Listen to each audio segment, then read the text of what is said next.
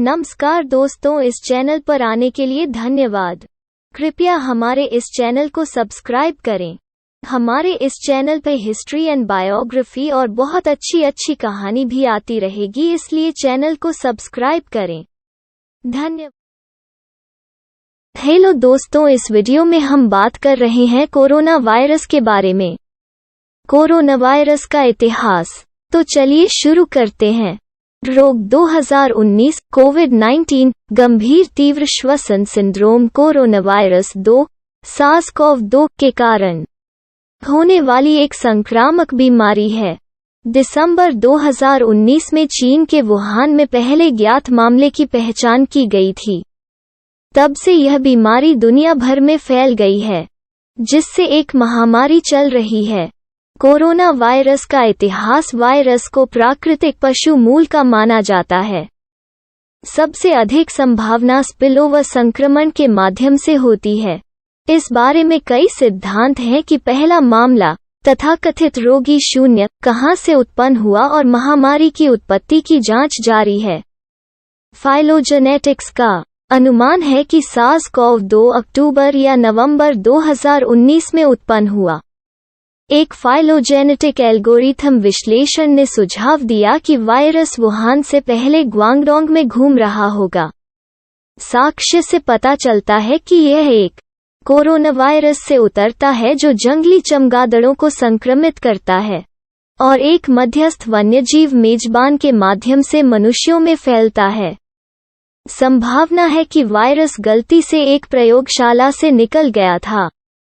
इस पर भी सक्रिय रूप से विचार किया जा रहा है। पहले पुष्टि की गई मानव संक्रमण वुहान, हुबेई, चीन में थे। द लैंसेट में जनवरी 2020 में प्रकाशित पुष्टि किए गए कोविड-19 के पहले 41 मामलों के एक अध्ययन ने 1 दिसंबर 2019 के रूप में लक्षणों की शुरुआत की सबसे शुरुआती तारीख की सूचना दी। WHO के आधिकारिक प्रकाशनों ने 8 दिसंबर 2019 को लक्षणों की जल्द से जल्द शुरुआत की सूचना दी। WHO और चीनी अधिकारियों द्वारा 20 जनवरी 2020 तक मानव से मानव संचरण की पुष्टि की गई थी। आधिकारिक चीनी स्रोतों के अनुसार ये ज्यादातर हुआनन सीफूड होलसेल मार्केट से जुड़े थे, जो जीवित जानवरों को भी बेचते थे। मई 2020 में CDC के निदेशक जॉर्ज गाओ ने कहा कि समुद्री खाद्य बाजार से एकत्र किए गए जानवरों के नमूनों ने वायरस के लिए नकारात्मक परीक्षण किया था। यह दर्शाता है कि बाजार एक प्रारंभिक सुपरस्प्रेडिंग घटना का स्थल था, लेकिन यह साइट नहीं थी। प्रारंभिक प्रकोप 18 दिसंबर 2019 को मिलान और ट्यूरिन, इटली में एकत्र किए गए अपशिष्ट जल के नमूनों में वायरस के निशान पाए गए हैं। दिसंबर 2019 तक संक्रमण का प्रसार लगभग पूरी तरह से मानव संचरण द्वारा संचालित था। संख्या हुबेई में कोरोना वायरस के मामलों की संख्या धीरे धीरे बढ़ी। 20 दिसंबर तक 60 और 31 दिसंबर तक कम से कम 266 तक पहुंच गई। 24 दिसंबर को वुहान सेंट्रल हॉस्पिटल ने एक अनसुलझे क्लिनिकल केस से सीक्वेंसिंग कंपनी विशन मेडिकल्स को ब्रोंकोएल्वोलर लेवेज फ्लूइड बाल सैंपल भेजा। 27 और 28 दिसंबर को विशन मेडिकल्स ने वुहान सेंट्रल अस्पताल और चीनी CDC को परीक्षण के परिणामों की जानकारी दी, जिसमें एक नया कोरोना वायरस दिखा।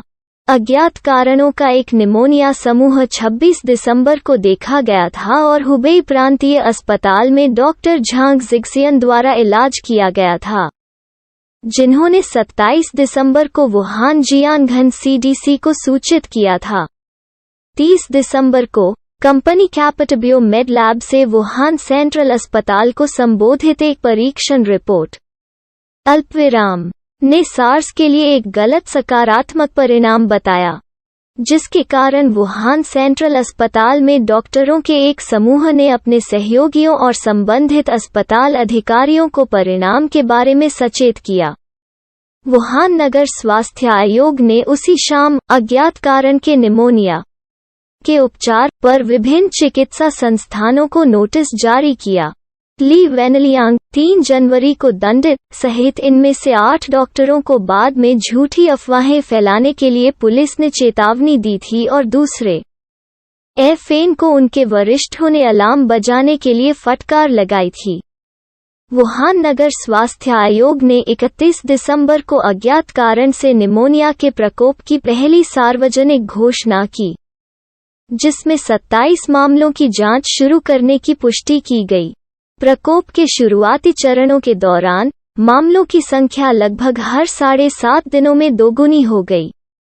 जनवरी 2020 की शुरुआत और मध्य में वायरस अन्य चीनी प्रांतों में फैल गया। चीनी नव वर्ष प्रवास और वुहान एक परिवहन केंद्र और प्रमुख रेल इंटरचेंज होने से मदद मिली।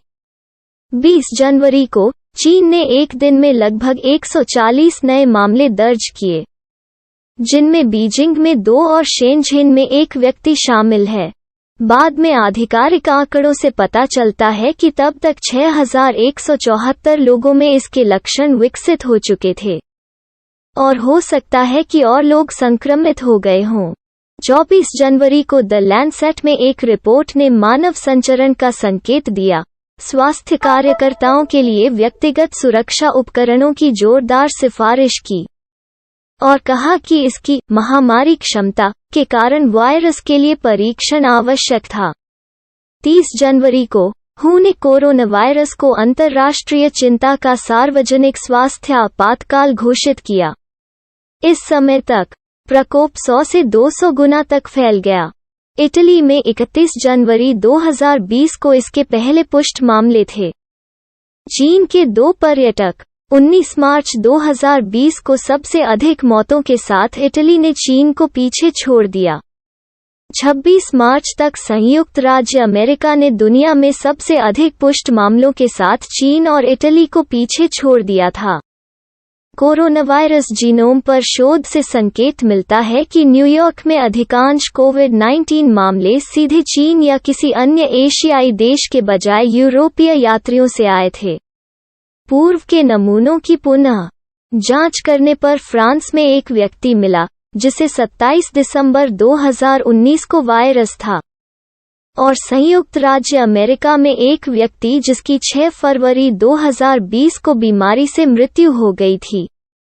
ब्राजील और इटली से अनुपचारित अपशिष्ट जल के नमूनों परीक्षण ने क्रमशः नवंबर और दिसंबर 2019 की शुरुआत में SARS-CoV-2 का पता लगाने का सुझाव दिया है, लेकिन इस तरह के सीवेज अध्ययन के तरीकों को अनुकूलित नहीं किया गया है।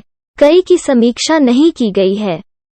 विवरण अक्सर गायब होते हैं और संदूषण के कारण झूठी सकारात्मकता का जोखिम होता है या यदि केवल एक जीन लक्ष्य का पता लगाया जाता है।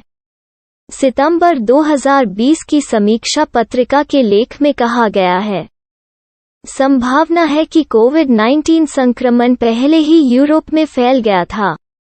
नवंबर और दिसंबर में फ्रांस और इटली में निमोनिया के मामलों की संख्या और रेडियोलॉजी सहित पिछले साल के अंत में अब प्रचुर मात्रा में, भले ही आंशिक रूप से परिस्थितिजन्य साक्ष्य से संकेत मिलता है। 1 अक्टूबर 2021 तक रॉयटर्स ने बताया कि इसने दुनिया भर में कुल संख्या का अनुमान लगाया था। कोविड-19 के कारण होने वाली मौतों की संख्या 5 मिलियन से अधिक हो गई है। इस वीडियो को देखने के लिए धन्यवाद। मुझे उम्मीद है कि आप सभी को वीडियो अच्छा लगा होगा। कृपया इस चैनल को लाइक और सब्सक्राइब करें।